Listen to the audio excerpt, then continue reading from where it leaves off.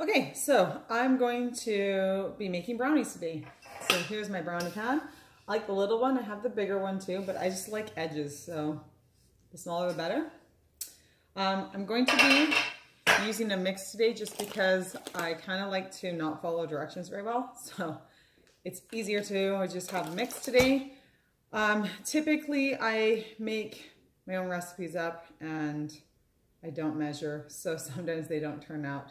Sometimes they turn out great, and I also like to just make adjustments as I go.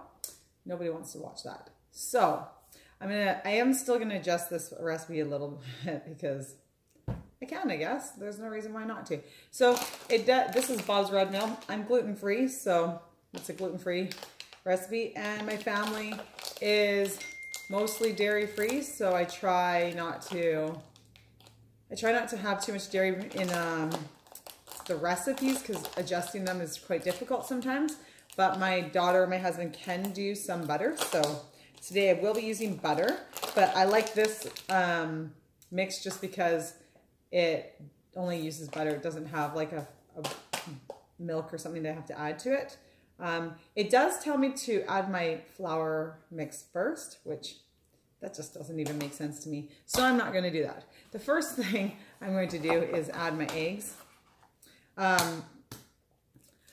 This calls for 3 eggs. A lot of gluten-free recipes do better with a lot of eggs. So if you ever have company over that's gluten-free, that's just good to know that a lot of baked goods will be better if you have more eggs in it. There's my favorite cake recipe that I make, has 9 eggs in it. And then you have to whip the egg white separately, which is a whole hassle, so sometimes I just don't do it. Oh, you can't even see what I'm doing. Let me get it lower. So I've got them in my, well, I'm using a measuring cup because I like the size of this measuring cup more than a bowl. I've got my little mini whipper, stainless steel mini whipper, and I'm just gonna whip my eggs first because I just think that it's smarter to have them done earlier. So I whip them up, and then I'm adding a half of a cup of butter to this, which is what I'm using in place of oil. This recipe asks that, but that's what they use for their oil. You could use oil instead, and I have done that. It works just fine. It's just the butter flavor is better, in my opinion. So I've melted my butter. I'm gonna add it in. That's why I like to whip it up first, just so that it doesn't cook my eggs too much. And I'm gonna whip them just so it doesn't cook any spots too much. And then I'm gonna add my flour. Oops. This part really isn't necessary for you guys to watch me do, but you know, it's just kind of part of the whole making bit. I do find that I can't eat these mixes as much as I used to. They're just very sweet. So in order to balance that out for me, you don't have to do this to any of your stuff, but in case you're looking for just tips on how to change up your recipes a little bit, I like to add a protein powder sometimes to them. It just makes it slows down the burn, the conversion of sugar to fat, or just sometimes it starches into sugars, which then convert to fat for people. It just depends on what's going on in your diet. My kids don't do great with refined sugar because it creates yeast infections for them. Oh, I guess I should not use this for this part. You can use your whisk, but it's a bit hard on your whisk at this point. This batter is a bit thick, and then I just made it thicker with my protein powder. But I do find that not having protein in it is, for me, it's a bit sweet. So in order to balance that out, I do have to add a little bit of butter to it. I mean, a little bit of water to it, just for moisture. But I add the protein powder in there just because for my family, it makes a lot of sense. I'm just gonna add a little bit of water. And if I don't do that, my kids just can't have them. It's an ongoing battle. But if you have food allergies, or you know somebody who has food allergies, being able to make them something that makes them feel like they belong is actually a really big deal. It's the most ostracizing thing about food allergies. So a lot of people who have food allergies don't like to go to things like potlucks or parties and stuff like that because it's just a lot of stress. And so even if I magically cure myself of food allergies, I just like to be able to make things for other people that make them feel like they can be included. And so, yeah, so that's kind of how I roll. Here's my little brownie pan.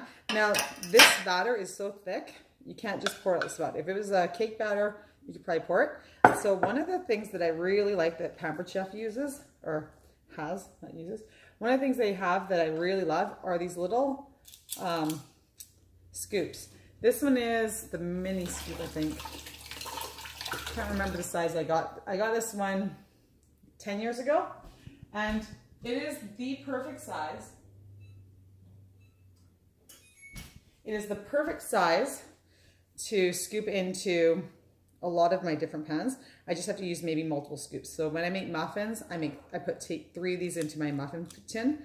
But for the brownie pan, one of them, and I'm not super careful about flattening it out or anything, because it's about speed sometimes, right?